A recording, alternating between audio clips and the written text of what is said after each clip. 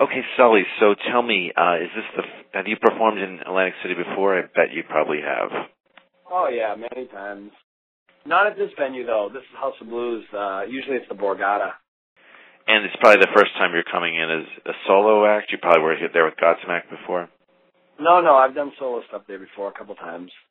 Oh, you have? Okay. I did me solo, like, by myself on a stool, storytellers kind of evening. And I also brought Avalon there when we did that whole 8-piece ensemble thing. Now, this show, this mini tour you're doing, is this focusing on Avalon, or you could be doing a range of things? It's kind of a hybrid, actually. It's not me completely solo, but it's not the full Avalon band. I'm bringing certain members from Avalon, so it's going to be a bit of a hybrid kind of thing where it's, some Godsmack, some Avalon, some new stuff, some covers, some stories. It's, going to be kind of a mixture. Sometimes I just, I'll play some of the favorites acoustically or something like that for sing-alongs and whatever. But no, there won't be any new Godsmack. And I don't use the other band members when I do Godsmack material. I don't feel it's respectful, and it's not right to do that anyways. So, I bring them along for other stuff, for Avalon stuff and things like that. But, yeah, Godsmack is just something that, I keep separate as much as I can. But this is kind of just a little hybrid of the full package, so they get at least for the audience's point of view, they get a little bit of everything, a variety. Right, because I'm sure there's crossover. Obviously, people like you in both guises, so they want to see a little of everything. Yeah, they want to have voodoo and keep away and some stuff like that they've known all these years and that kind of thing. So this is more of just like it's an evening with Sully Erna. So I'm trying to do everything that I've, wrote or performed over the years, whether it be solo stuff or Godsmack stuff. And is it hard to switch back and forth because, the Godsmack stuff's obviously very different, but is this sort of more of an Avalon approach to the Godsmack stuff? You just said it was going to be sort of more acoustic-based, right? Yeah, like I said, I've done these over the years for a long time now, and I've done plenty of Godsmack acoustic stuff. Some songs are very friendly for the acoustic side of things. The stuff that isn't really acoustic-friendly, I just don't play. I'm not going to be up there doing I Stand Alone and stuff like that. But there's some songs that are very, that work really well acoustically, along with some other songs that have just been built acoustically from the Other Side album when we did that acoustic record, and songs like Voodoo and Serenity and all that stuff always translates really well acoustically. And do you have a timetable for your next solo album, or are you just starting to sort of tinker with it? Or? Yeah, I'm just starting to write some stuff now. I'm really not sure if, when I'm going to do one. I mean, it's kind of the same approach as the first one. I never really, planned on transitioning into a solo artist. That wasn't the purpose of it. It was just to do a record that I really wanted to do for myself.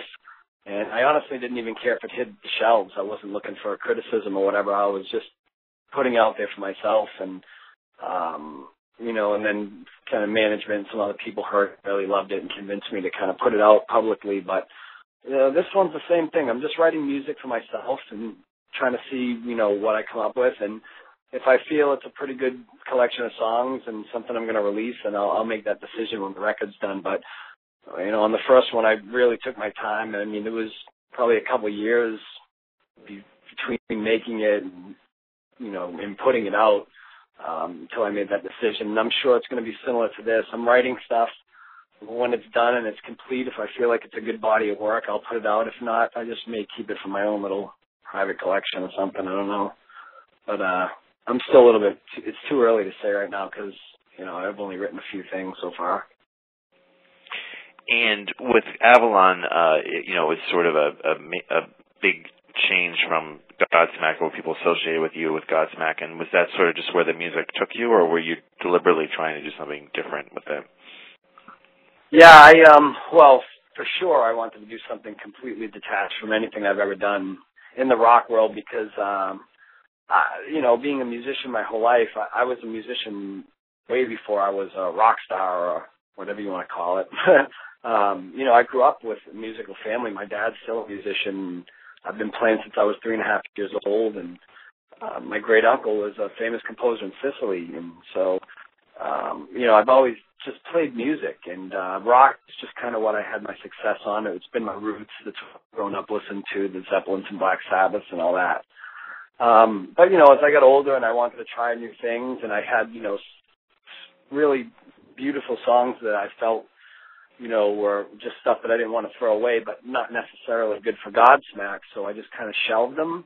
And then when I decided that I had the time, I wanted to, put that effort into doing some solo stuff. And that's when I contacted some other members. And from there, we kind of carved out and created some more stuff that added to that collection. But it was purposely meant to detach from Godsmack and be completely different. It wasn't an accident. It was meant to be that way. And, but again, as creating, we didn't really know what we had until it was done. We were just kind of writing and finding things that were attractive to us, and eventually found, 10, 11 songs that worked really well that we put and made what we know as Avalon right now. The status of Godsmack right now, what's happening with Godsmack? Oh, I think we're going to run out this year and do a handful of shows. No major tours, but just, some one-off weekend warrior stuff, radio festivals, things like that. But yeah, we're taking a bit of a hiatus right now. I needed some time to first of all, we needed to take a break because we just finished a couple of tours and we were, a little bit tired, and we wanted to just kind of relax a little bit and not be grinding like we were when we were younger, because we're older now and the body hurts a lot more when you're performing 5 nights a week. But more importantly, I've been, doing some transitioning into the TV and film world, and I wanted to make sure I had ample time for that to kind of develop and nurture it and, keep the momentum going and stuff like that, because it's really, something that I enjoy doing as well. And I want to be able to have time to, to be accessible for it. So, with that being said, after, we had a pretty good run and everybody, was doing okay financially and things like that, we just decided to take a little break to spend with our family and friends. So it's given me some good time to spend with my daughter and, people that I want to be with in my life, along with, trying to crisscross into another career as well. And are you working on any film or projects right now, or? Yeah, I'm shooting a movie actually at the end of April. It's a small indie movie, so it's not any major feature film right now, but it's just something to get me to get me some more experience, and also it's a lead role, so I'm excited about that. It's my first lead. And it'll be good to try to take that and, maybe have it bridge me into, having a better acting reel and, hopefully get me into some better spots or whatever. I mean, I've had some offers to do a little bit more major film kind of stuff with smaller roles, but I want to kind of take a different approach, because I don't want to throw myself into something that I feel like I'm not quite experienced enough for yet. And I think things like this are a little bit better for me to kind of, develop my skills and things like that. So yeah, I have, a couple of things that I'm working on now. I'm writing a script, based on my autobiography, and I have this, this film I'm shooting at the end of April, and then there's a couple of reality things in the works that we're looking at and trying to develop, and just basically taking meetings right now and networking to try to set up the year and see where it goes from there. Film, is it musical at all? No, it's a horror. Okay, so it's something, a real sort of departure, then, something just to really sink your teeth into, try this sort of acting thing. Yeah, it's kind of a role of like a Bruce Willis and Die Hard kind of thing, but only it kind of goes south, midway through the movie, where a lot of supernatural things start happening, and by the end I'm fucking killing zombies or something. Sounds like it'll be a fun thing to do.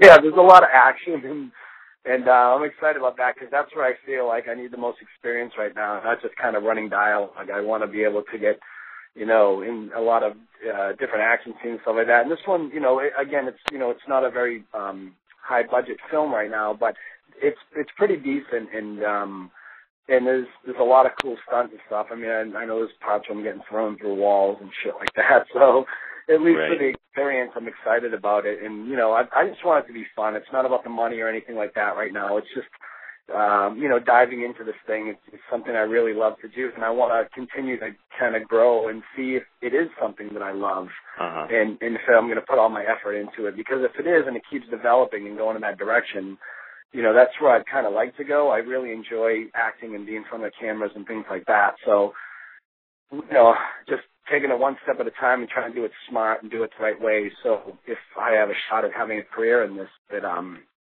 being, making smart choices about the work that I pick and things like that I choose to do. If for some reason the movie doesn't do great, it's not like there's a lot of weight on me for it.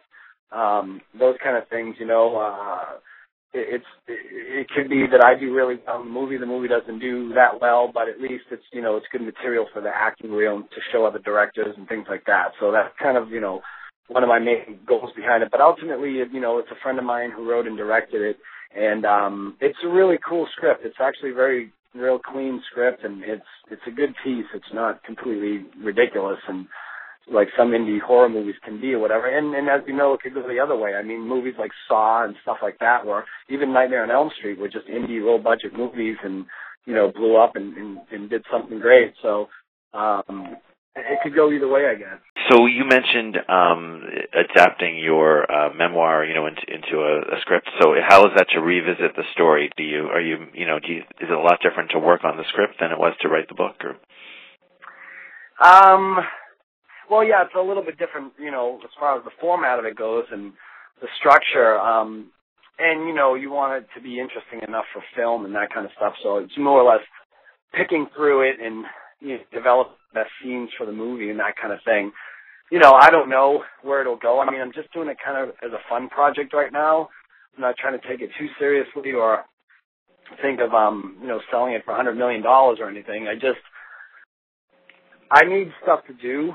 Like, I'm the kind of person I can't sit around and get bored because I just freak out. So I need to just have things to do when I have nothing going on. And that's one of those things that I'm traveling a lot right now to take these meetings and do different things and do different projects. And so when I'm on a plane, it helps 5-6 hours go by really quick when I have something to write. At least it worked that way for my book when I was writing it. And now it kind of gives me another little project to do while I'm flying around and not sitting on a plane, chewing my fingernails. Right. And writing why did you want to write the book when you did? I mean, obviously you're not, you're in the middle of your life and there's a lot more living to do, presumably. So what made you want to sort of tell your story, at this point? When I wrote the book or for the movie? Yes, when you wrote the book, yeah. Mm-hmm. The book. Oh, I don't know. I never really wanted to even write a book. It's as funny as it sounds, it was never one of the things on my bucket list. I was just, I think in the height of our touring and back when Godsmack was really touring aggressively, I was just, a lot of times I'd be out on the road for so long, so many years at a time that I would really miss some of my friends and family back home. And we'd jump on the phone and talk about stuff every once in a while and reminisce about the old days and all the crazy shit we did. And the more we did that, the more I'd get a good laugh, whatever, out of it. And I started thinking, I should just jot down these stories and write them in a notebook. So one day when I'm 80 years old, I can remember and tell my grandkids like how fucking nuts your grandfather was, And so that's kind of how it started. I was just kind of writing it down like journal entries and just writing out the story as I remember it. And then the more I started writing stories, the more I started organizing them in the order of dates, so they were like, a bit neater. And then I just, okay, now I'm writing a book. So, the pages started stacking up and it looked like a transcript, So, and then my old manager read it and he was like, oh, this is really good, we should see if we can get it published. And at that point is the first time that I, even thought about taking that approach to it. So it was more kind of like, like a healing / venting kind of thing and just dumping information out of my body so as my mind got older, I'd, have it to remember by.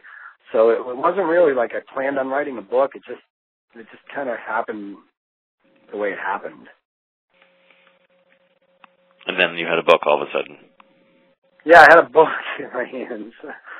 Right. And then, of course, I worked with a publisher and he was really great and helped me gave me some great suggestions about arranging it and starting off with certain stories rather than others and things like that just kind of kept it moving a little bit better, trimming off some of the fat, keeping the better content in there, things like that. So I definitely, had a little bit of help after that, but no one helped me write or anything like that. It was all written by me. I just, I had never thought about it in a book fashion and selling it publicly and all that and publishing it. So once that came into play, then, you know, I had some people around me that helped me get right.